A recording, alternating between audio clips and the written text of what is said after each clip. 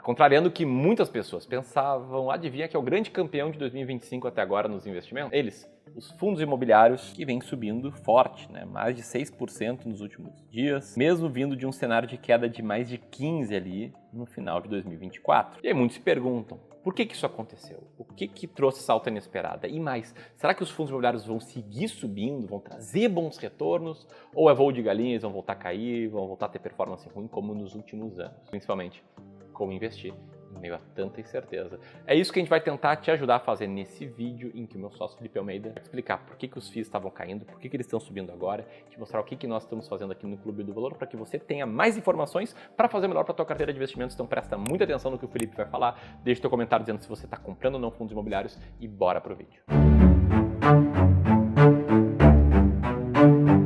Boa, vamos lá, e a primeira coisa que a gente precisa lembrar é um contexto histórico dos últimos 3 anos. Como é que estava a situação dos fundos no começo de 2023 e no começo de 2024? Para quem não lembra, lá em 23, a discussão que a gente tinha no mercado financeiro é por que a taxa de juros do Brasil é tão alta. E começou a ter toda uma pressão política e popular para que a Selic caísse. E se a gente lembrar que quando a Selic cai, a tendência é que os mercados de risco se valorizem, foi isso que aconteceu com os fundos imobiliários. Chegaram a subir mais de 20% só nessa expectativa. Mas na verdade mesmo, a Selic não teve uma queda tão acelerada como se esperava. Ela chegou ali a bater em 10,5%. Isso tudo mesmo com a inflação parecendo controlada na época. Só que dali pra frente o que a gente viu foi uma realidade completamente diferente da expectativa. Principalmente pela dificuldade do Brasil em controlar o fiscal por aqui, as contas públicas. E de lá pra cá, ao invés de a Selic cair pra caramba, a gente viu o movimento oposto. E ela já chegou em 14,25 no momento em que eu gravo esse vídeo. E naturalmente todo esse contexto faz com que a percepção de risco ao investir no Brasil aumente. E inclusive é por isso que a gente viu o Tesouro IPCA pagando taxas tão altas, chegando até IPCA mais 8 em alguns momentos. E os juros, segundo o próprio Banco Central, devem seguir com projeções de alta. Teve até notícia falando de possibilidade de Selic a 17,5%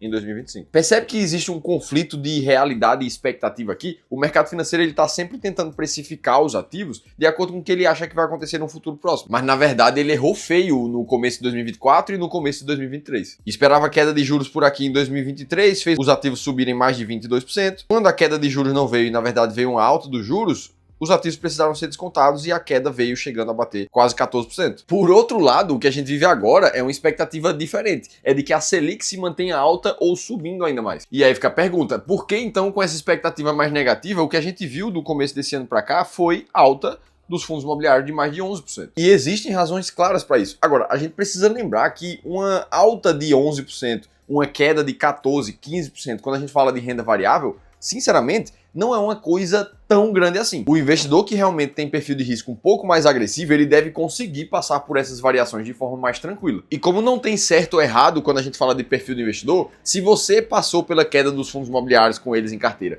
e ficou muito desconfortável com isso, muito provavelmente isso é um sinal de que a proporção de fundos imobiliários dentro da tua carteira hoje está alta demais. Beleza, feito esse contexto, quais são as razões que fazem os fundos imobiliários subirem um pouco mais? A primeira delas é o início de uma narrativa diferente política aqui no Brasil. Porque para quem não lembra, lá no começo de 2023, a ideia era começar a reavaliar a própria autonomia do BC. Sendo que no final do ano passado, a mensagem que ele deixou era que se comprometia com essa própria autonomia. Principalmente depois da entrada do presidente atual do Banco Central, que é o Galípolo, que foi uma indicação do Lula. É natural que o mercado veja isso com bons olhos. E aí teve uma segunda razão para favorecer um pouco mais as narrativas fiscais. O corte de gastos passa a ser agora pelo menos uma medida cogitada pelo governo. E para quem não lembra o que era dito antes, que gasto é vida, e o próprio Lula dizendo não estar convencido que o corte de gastos era necessário, só da gente começar a falar de alguma coisa como essa, de controle realmente fiscal por parte do governo, o mercado já vê isso com bons olhos. E uma terceira razão é que agora a expectativa já parece que a Selic já está chegando num patamar onde ela não consiga subir mais muito. E aí a ideia é que ela comece a cair a partir de 2026. Ou seja, como a expectativa agora é que a Selic se mantenha alta ou um pouco mais alta que isso já está no preço. E é justamente o que comenta ali a Eliane Teixeira, economista da CY Capital. E é justamente aqui que a gente vê um cenário completamente oposto do que a gente viveu no começo do ano passado, principalmente. Lá, a expectativa era que tudo melhorasse muito mais rápido. Como não foi o que aconteceu, os preços caíram. Agora, nesse momento, como a expectativa já é de uma coisa mais desafiadora, um cenário mais difícil, qualquer coisinha que melhorar, os preços acabam descontando para cima. E aí fica a pergunta, o que é que vai acontecer agora ao longo de 2025? Será que a gente vai ver mais queda? Será que a gente vai ver mais alta? Ah, Felipe, então agora é hora de comprar fundos imobiliários, eles já passaram do fundo do poço. E é justamente por seguir essas afirmações na cabeça que muita gente começa a comprar pesado fundos imobiliários nesse momento. Como é o caso do próprio Alberto aqui.